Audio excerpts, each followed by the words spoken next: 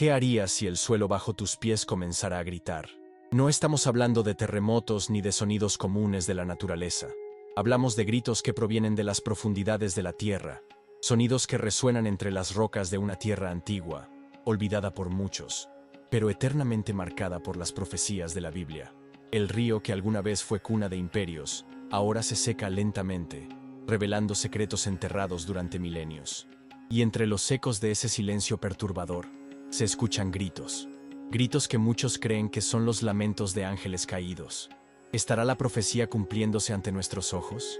¿Estaremos a punto de presenciar la liberación de fuerzas celestiales aprisionadas durante milenios bajo el río Éufrates?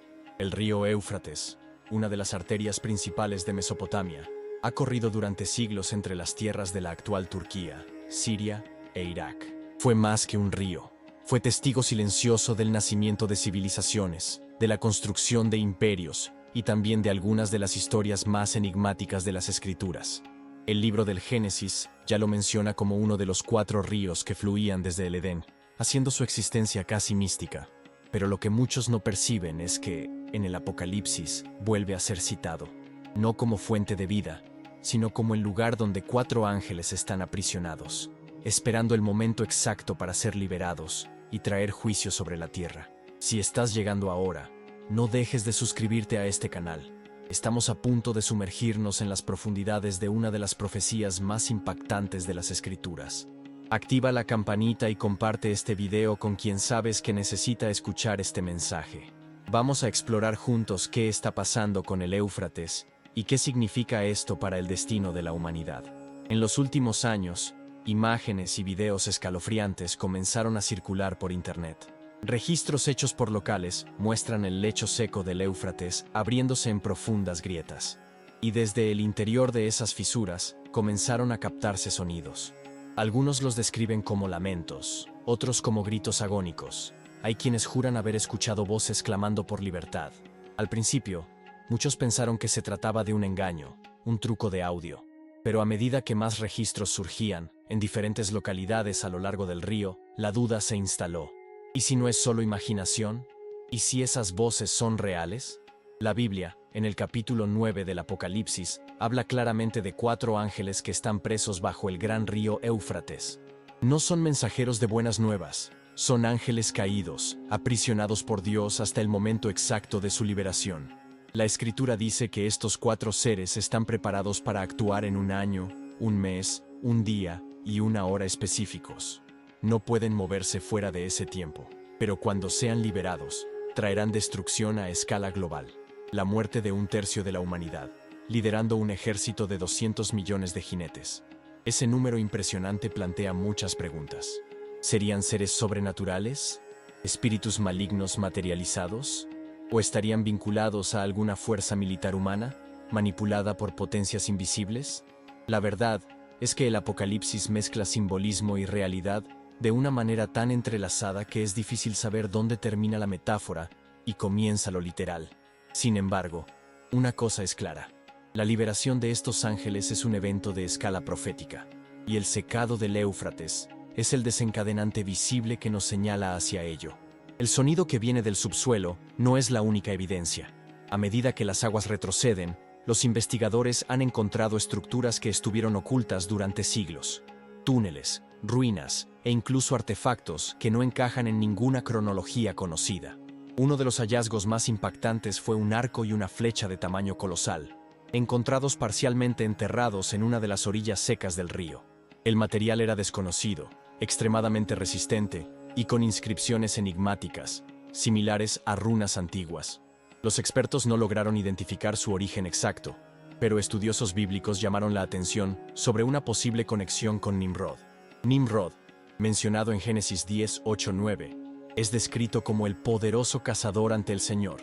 Más que un simple guerrero, muchos creen que fue un tirano, un rebelde que se volvió contra Dios. Algunas tradiciones extrabíblicas lo asocian con los gigantes de la antigüedad e incluso con los Nefilim, seres híbridos generados por la unión de ángeles caídos con mujeres humanas, como se describe en Génesis 6:4. Si el arco encontrado pertenecía a Nimrod, esto plantea una hipótesis aterradora, que él estaba vinculado a los mismos ángeles que hoy están presos bajo el Éufrates. Y si esa arma fue sellada junto a ellos, ¿qué más podría estar emergiendo ahora? Las escrituras dejan claro que, en los tiempos finales, los días serían como los de Noé. Jesús afirma en Mateo 24:37 que, así como fue en aquellos días, también será en la venida del Hijo del Hombre. ¿Y qué había en los días de Noé? Violencia, corrupción y la presencia de los Nefilim, resultado directo de la influencia de los ángeles caídos sobre la humanidad.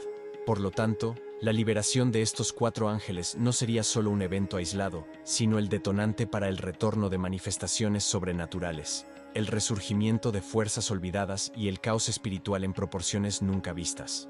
Incluso ante tantas evidencias, muchos prefieren ignorar. Lo llaman teoría de la conspiración, fantasía religiosa o superstición. Pero la propia Biblia predice esa incredulidad. En 2 Pedro 3:4 está escrito que en los últimos días surgirían burladores diciendo: ¿dónde está la promesa de su venida? La incredulidad, por lo tanto, ya es una señal del fin. Mientras muchos ríen, se burlan o se distraen, los engranajes proféticos siguen girando, silenciosamente, hacia el cumplimiento total. Lo que la mayoría ignora es que el mundo espiritual no está desconectado de los acontecimientos naturales. El secado de un río, por ejemplo, puede parecer consecuencia de cambios climáticos, pero para quien entiende el trasfondo espiritual, esto es el preludio de algo mucho mayor. El Éufrates secándose no es solo geografía, es geopolítica, escatología, juicio, es la preparación de un camino. El Apocalipsis 16:12 declara que el sexto ángel derramará su copa sobre el río Éufrates, secando sus aguas para preparar el camino de los reyes del Oriente.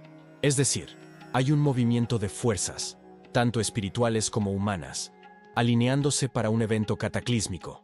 Estamos, por lo tanto, ante uno de los mayores signos de que el reloj profético se acerca a la medianoche. La naturaleza está hablando, los cielos están alertando, y ahora, hasta la tierra grita, con voces que nadie sabe explicar, pero que muchos sienten que erizan el alma. Quien quiera oír, que oiga; quien quiera ver, que vea. A medida que pasan los días, crece el número de relatos provenientes de las márgenes del Éufrates. Habitantes locales, arqueólogos e incluso soldados destacados en la región afirman escuchar sonidos inexplicables durante la noche, ruidos que parecen metálicos, seguidos de voces que murmuran en lenguas desconocidas. Algunos describen los sonidos como clamores de agonía, como si miles de almas estuvieran atrapadas bajo el suelo, implorando libertad. Otros hablan de risas distorsionadas, carcajadas que parecen burlarse de la fragilidad humana. Es como si la tierra estuviera viva, consciente, esperando el momento exacto de revelar lo que ha escondido durante milenios. En medio de esto, surgen relatos de sueños proféticos. Personas comunes, que nunca estudiaron escatología ni siquiera leyeron el Apocalipsis, comienzan a soñar con caballos de fuego, ejércitos sombríos y criaturas de apariencia híbrida. Describen escenas que, al ser comparadas con los versículos del Apocalipsis 9, coinciden con detalles inquietantes: caballos con cabezas de león, colas como serpientes y bocas que expulsan fuego y azufre. ¿Estarán estas visiones conectadas con el ejército de 200 millones de jinetes mencionado en las Escrituras? ¿Estaremos viendo, a través de sueños, un vistazo de lo que está a punto de suceder en el mundo físico? En el mismo capítulo, el texto afirma que, incluso tras tanta destrucción, los sobrevivientes no se arrepentirán de sus obras malignas. Esto revela el grado de ceguera espiritual que envolverá a la humanidad en los días finales. Un mundo que escucha los gritos de los ángeles caídos y los confunde con mitos. Un mundo que ve el río sagrado de la creación secarse ante sus ojos y aún así insiste en negar las señales. Es en este punto que el papel de la Iglesia, de los creyentes y de aquellos que aún mantienen viva la llama de la fe se vuelve fundamental. No es hora de miedo, sino de preparación. No es tiempo de desesperación, sino de arrepentimiento y vigilancia. Jesús nos advirtió que estuviéramos atentos, con las lámparas encendidas, esperando al novio. El secado del Éufrates, el sonido de las voces subterráneas y los artefactos que emergen del suelo son, en esencia, toques de trompeta, alarmas espirituales que anuncian que la guerra final entre la luz y las tinieblas se acerca. Históricamente, el valle del Éufrates fue escenario de grandes conflictos. La región vio el surgimiento de Babilonia, del imperio asirio, de guerras entre reyes e imperios. Pero ahora, el conflicto que se aproxima no será solo entre naciones, sino entre dominios, el espiritual y el físico. La batalla no será solo con armas humanas, sino con fuerzas que superan el entendimiento común. El apóstol Pablo ya nos advertía en Efesios 6:12: nuestra lucha no es contra carne ni sangre, sino contra principados y potestades, contra los dominadores de este mundo tenebroso, contra las fuerzas espirituales del mal en las regiones celestiales. Ante esto, la liberación de los 4 ángeles del Éufrates debe entenderse como un hito profético, una especie de apertura de un sello espiritual. Esos seres, aprisionados durante milenios, no están ociosos. Esperan la orden, el momento exacto establecido por Dios. Y cuando ese momento llegue, traerán consigo no solo destrucción física, sino un colapso espiritual a escala global.